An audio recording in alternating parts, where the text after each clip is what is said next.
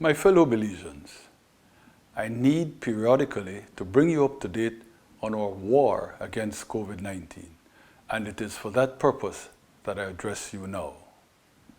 There are, of course, two basic fronts to our campaign, the medical and the socio-economic. Regarding the medical, I am certain that we are making every effort to do the right things. The nationwide lockdown is one sure way of helping to contain the spread of the virus. Accordingly, that lockdown will be made to run at least its 14-day course.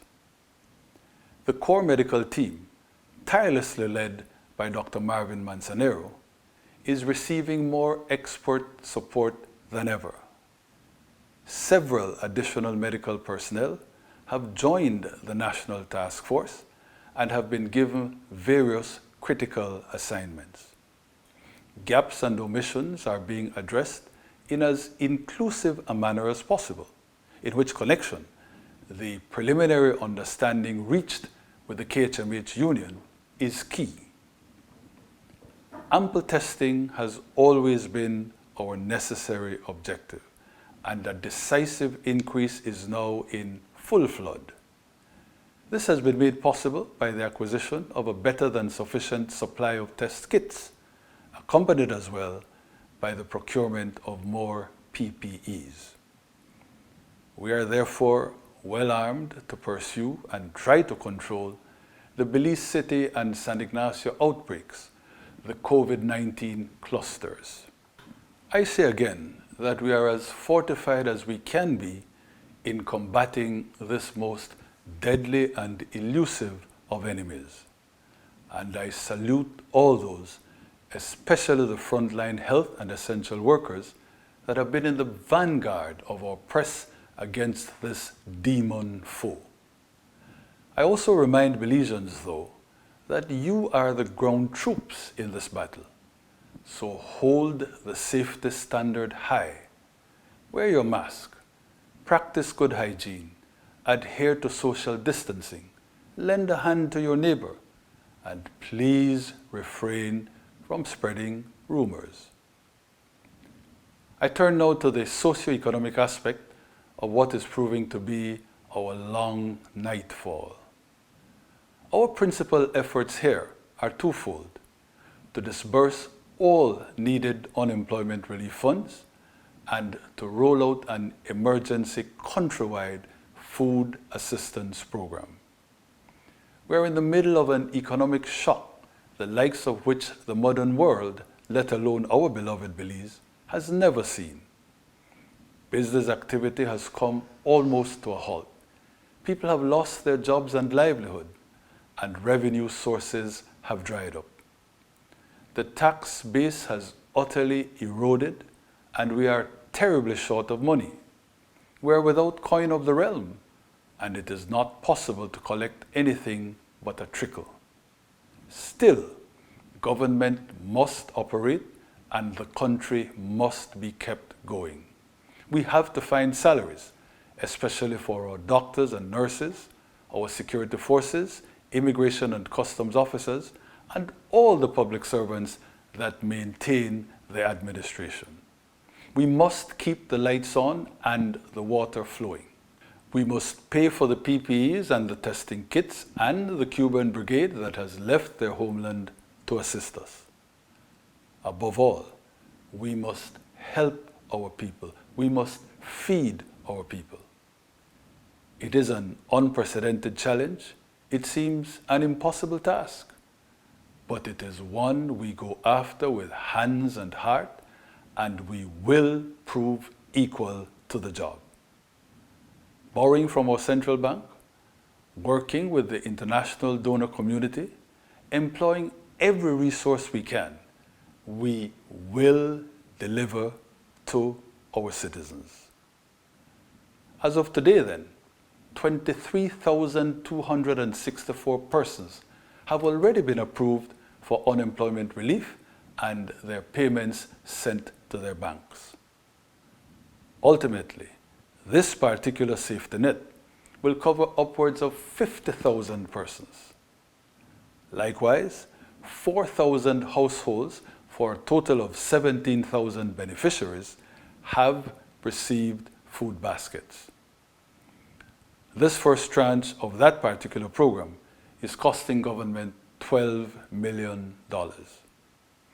Now, this unparalleled outreach in this unparalleled time has not been perfect. We wish that the money and the food could be more. We wish that the distribution process could be faster. But the shock to our lives, our economy, our systems is like nothing any of us has ever witnessed. Everything has been shattered. Our capacity is under the most unimaginable strain. And as has been demonstrated in even the great United States of America, it will take more than a day, a week, a month to put Humpty Dumpty together again.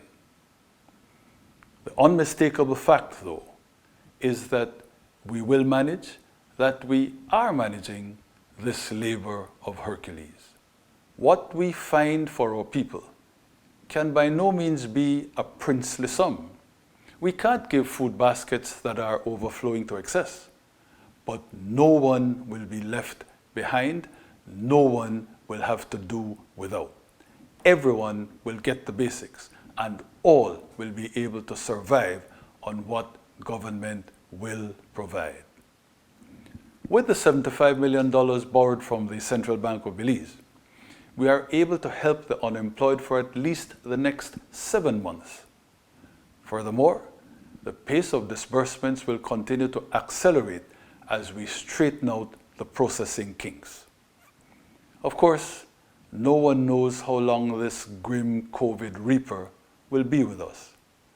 But the government, as the coverall for Belizeans, is in this for the long haul. The monies from the international financial institutions are taking some time to reach us, but they're coming. Thus, we expect at least $30 million more for food assistance, and there should be $100 million to augment our already existing Boost program. Now, Boost is a form of cash transfer to the needy and is separate and apart from the unemployment relief. As the $100 million come in, people currently getting food assistance will be placed instead on Boost, and that is because the Boost will last longer. With the cash transfer, they will then be able themselves to buy their own food, and this will ease the distribution strain on the Ministry of Human Development. As well, the pre-existing food pantry program, under which people paid a minimal amount, has now become completely free. The point is that government is doing everything humanly possible, deploying every ingenuity so that, to repeat our mantra, absolutely no one will be left behind. These are the hardest of times, but all the details of the government response that I have just gone into are designed to make one thing crystal clear. There is no need for despair.